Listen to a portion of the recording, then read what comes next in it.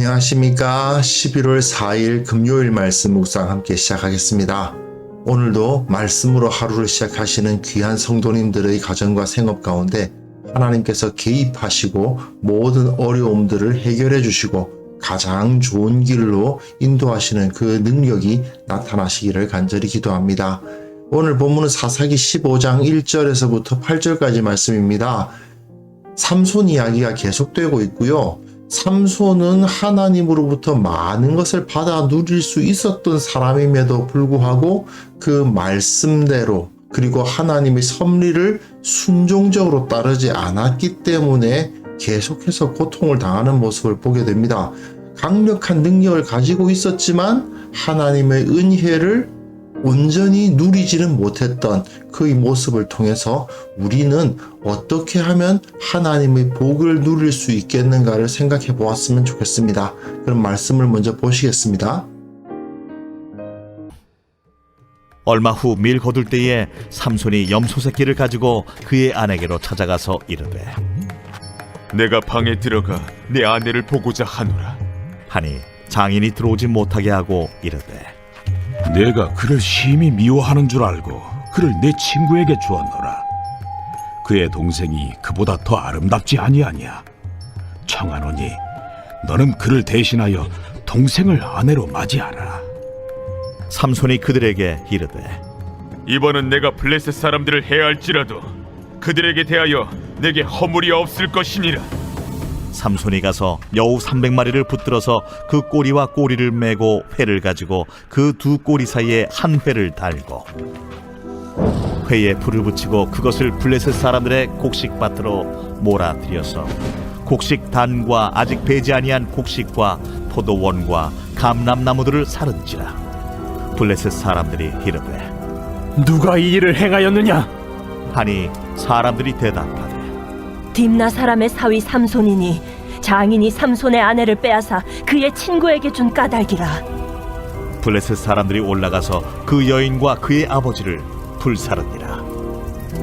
삼손이 그들에게 이르되 너희가 이같이 행하였은즉 내가 너희에게 원수를 갚고야 말리라 하고 블레셋 사람들의 정강이와 넉적다리를 크게 쳐서 죽이고 내려가서 에담 바위 틈에 머물렀더라.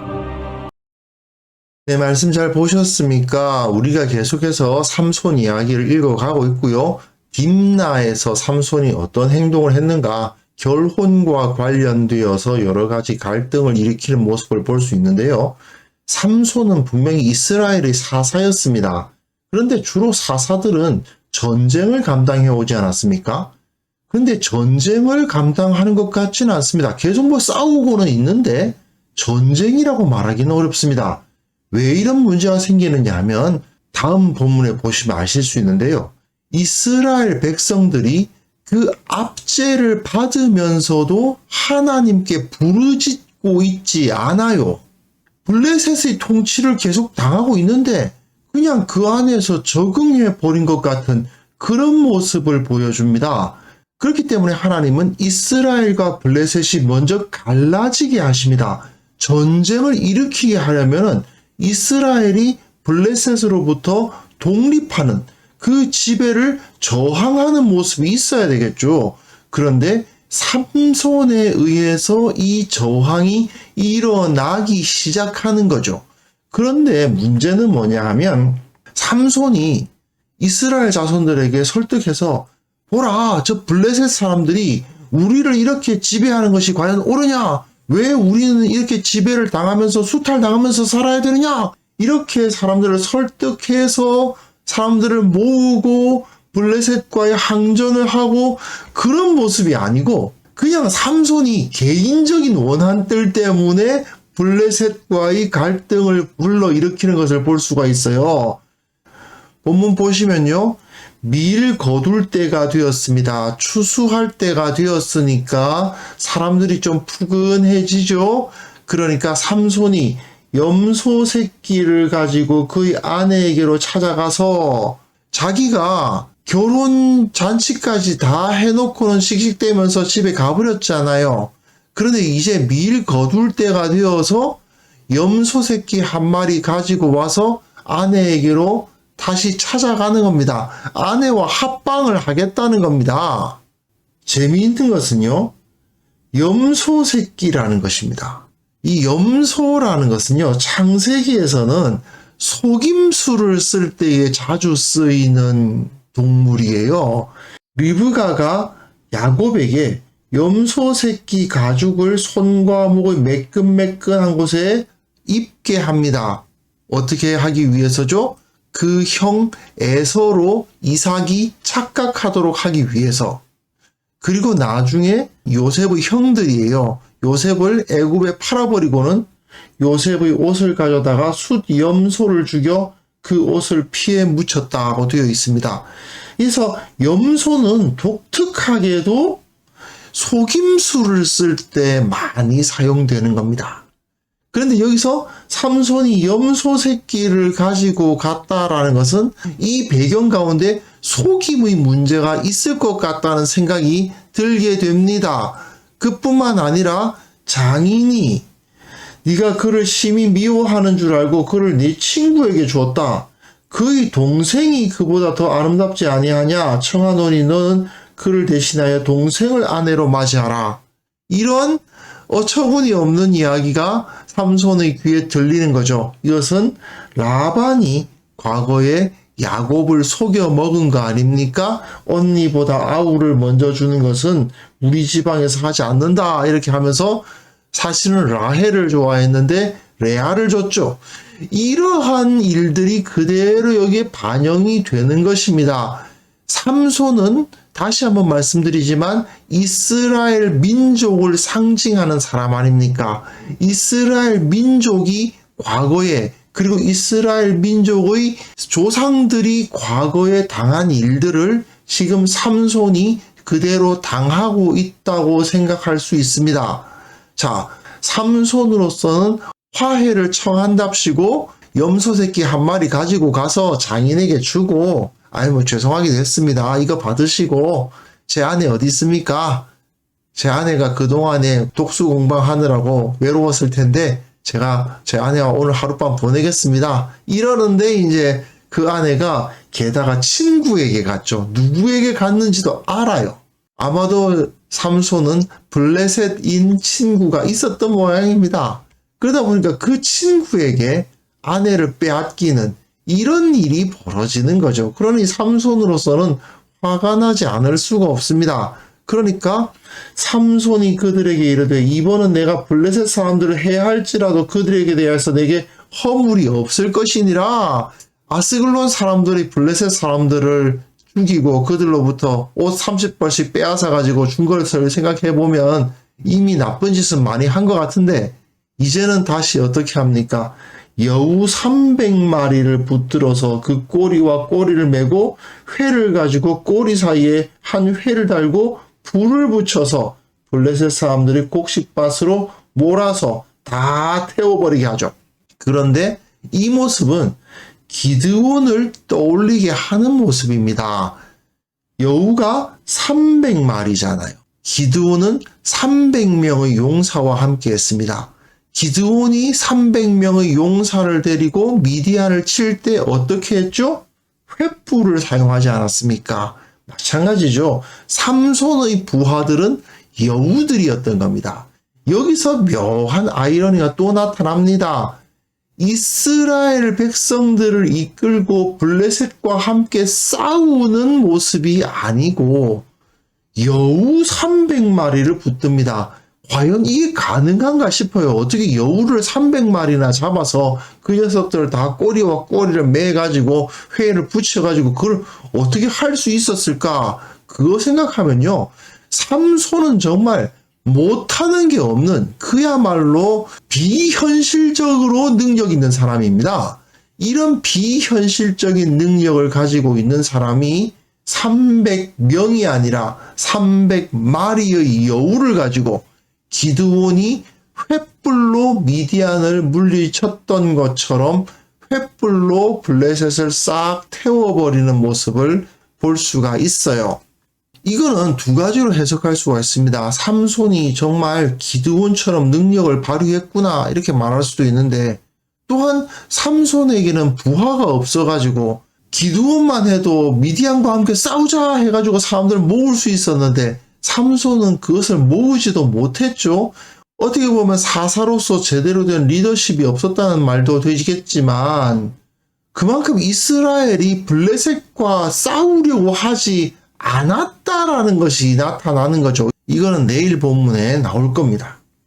블레셋 사람들이 이르되 누가 이 일을 행하였느냐? 사람들이 대답하되 딥나 사람의 사위 삼손이니 장인이 삼손의 아내를 빼앗아 그의 친구에게 준 까닭이라. 야, 그 장인이 자기 사위에게서 자기 딸 준다고 해놓고 빼앗아서 그 친구에게 그 아내를 줬대. 아니, 그런 짓을 이래가지고는 블레셋 사람들이 또 올라가서 그 여인과 그의 아버지를 불살라버려 죽이는 이런 어처구니 없는 일이 또 일어납니다. 삼손이 그 수수께끼를 냈을 때 남편을 끼워서 수수께끼를 알려달라 하라. 그렇지 아니하면 너와 네 아버지의 집을 불사르리라.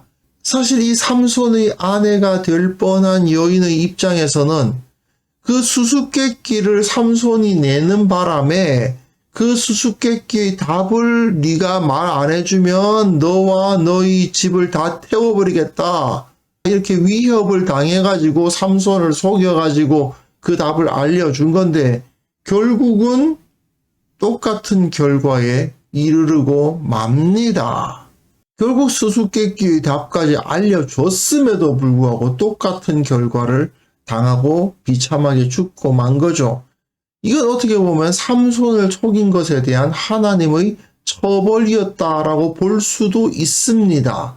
하지만 이것은 또한 하나님께서 삼손과 블레셋 사람이 더 이상 건널 수 없는, 더 이상 교류할 수 없는 철천지 원수가 되게 하시는 방법인 거죠. 삼손이 그들에게 이르되 너희가 이같이 행하였은즉 내가 너희에게 원수를 갖고야 말리라. 그렇죠. 자기 아내와 장인을 죽인 사람들 아니겠습니까? 이걸 통해서 삼손과 블레셋 사람들이 완전히 갈라서게 됐다. 서로 원수가 되었다라는 것을 보여주죠. 사실 결혼이라는 것은 두 집단을 가깝게 만드는 그러한 도구가 되죠. 그러다 보니까 왕들은 많은 자녀들을 낳은 다음에 주변 나라와 계속 결혼을 시키잖아요. 왜 그렇게 합니까? 평화를 누리려고, 잘 지내려고 그러는 거죠. 앞에서 사사입산이라는 자가 그렇게 했지 않습니까? 자기가 아들과 딸을 많이 가지고 다 바깥으로 결혼을 시켰어요. 그런데 삼손의 결혼은 오히려 그 결과가 반대가 되고 말았습니다. 삼손은 어떻게 보면 블레셋과의 통혼을 시도했는데 그걸 통해서 블레셋 사람들과 가까워지는 것이 아니라 오히려 블레셋 사람들과 원수가 되어 버린 거죠. 블레셋 사람들이 정강이와 넓적다리를 크게 쳐서 죽이고 내려가서 에단 바위 틈에 머물렀다고 되어 있습니다. 정강이와 넓적다리를 크게 쳤다. 이 표현이 무슨 의미인지는 정확하지가 않고요. 또 에단 바위가 어디인지도 분명하지 않습니다. 다만 에단 바위는 유다의 영토 안에 있었다라는 것은 뭐 확실하고요. 정강이와 넓적다리를 크게 쳤다라는 것은 아주 잔인하게 적들을 죽였다 이런 의미가 아니겠는가 이렇게 이해를 하고 있습니다. 여하튼 이걸 통해서 삼손은 블레셋과 완전히 원수가 된 거죠. 삼손은 블레셋 사람과 결혼을 하려고도 했고 또 오늘 본문에서는 자기 아내와 장인 그리고 어떻게 보면 좀 더 넓게 생각했을 때 딥나의 블레셋 사람들 그 30명의 청년들과 화해를 시도한 것이라고 볼 수도 있습니다. 하지만 그가 시도한 것, 결혼의 시도나 화해의 시도나 모두 다 큰 갈등과 싸움, 급기야는 살인으로까지 번지고 말았죠. 삼손에게 블레셋 사람들은 이제 자기 아내와 장인을 위협하고 급기야 죽이기까지 한 원수가 됐고 블레셋 사람들에게 있어서 삼손은 자기 재산을 완전히 다 태워버리고 큰 피해를 주었을 뿐 아니라 자기 동족들을 수없이 죽인 원수가 된 겁니다. 이걸 통해서 하나님은 이스라엘 백성들이 블레셋 치하에 있으면서도 그 상태에서 벗어나려 하지 않고 안주하고 있었던 상황을 깨뜨리셨습니다. 다만 그 가운데 쓰임을 받은 삼손의 입장만 생각해보면 사실 이 사람은 배신당하고 고통당하고 힘들었죠. 하나님으로부터 오는 그 복을 받아 누렸다라고 보기는 어렵습니다. 왜 그렇게 되나요? 그냥 하나님께서 삼손을 희생양 삼으신 걸까요? 그렇지 않죠. 사실 하나님은 삼손에게 모든 걸 다 주셨습니다. 만약에 삼손이 하나님의 뜻에 순종했다면, 그 말씀을 따랐다면 하나님의 섭리를 수행할 뿐 아니라 하나님으로부터 오는 은혜와 복을 받아 누릴 수도 있었을 것입니다. 하지만 그렇지 않았기 때문에, 하나님께 순종하지 않았기 때문에 결국 이 사람은 하나님의 손에 들려서 사용된 건 사실이지만 하나님으로부터 복을 받아 누리는 데까지는 이르지 못한 거죠. 결국 하나님께서는 자기 뜻을 다 이루어 가십니다. 중요한 것은 내가 그 뜻에 순종함으로써 기쁨과 은혜를 누릴 수 있는가? 아니면 순종하지 않음으로써 고통과 어려움 가운데 끌려가는가? 이것이 중요할 뿐입니다. 농담처럼 그런 말이 있어요. 나는 구원열차 올라타고서 하늘 날아가지요. 그런 노래가 있죠. 나이가 좀 있으신 분들은 잘 아실 거고 요즘 어린 친구들은 이 노래를 알지 모르겠어요. 구원열차가 나에게 주어지면 그 안에 들어가서 타야 됩니다. 하나님께서 구원열차에 타라 그러면 타야 되지, 안 타고 자꾸 딴짓하면 어떻게 됩니까? 구원열차가 떠나는 게 아니고 구원열차에 묶여서 끌려가게 됩니다. 안 탄다고 계속 버티다가는 묶여서 질질 끌려가는 수가 있다. 삼손이 뭡니까? 결국은 엄청난 거 많이 받아놓고도 말씀대로 안 살다가 결국은 그 하나님의 섭리에 의해서 질질 끌려간 사람 아닙니까? 우리는 그런 아쉬운 삶을 살아서는 안 되겠죠. 그래서 이 시간 함께 기도하실 때에 하나님께서 내게 주신 그 크신 하나님의 섭리를 기억하고 순종할 때 누리는 그 복이 우리 가운데 충만할 수 있기를 함께 기도했으면 좋겠습니다.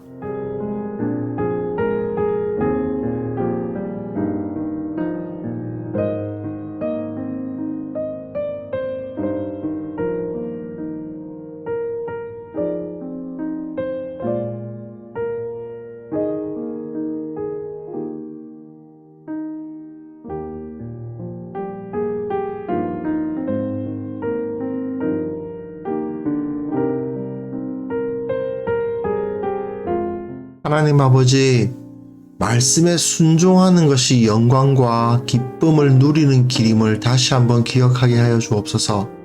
주님께서 크신 섭리로 나를 이끌어 가시는 그 사실을 믿게 하시고 말씀에 순종하면 그 가운데서 순결하고 거룩하고 정결하게 살면 하나님께서 내게 복에 복을 더하신다는 사실을 온전히 믿음으로 받아들이는 자가 되게 하여 주옵소서.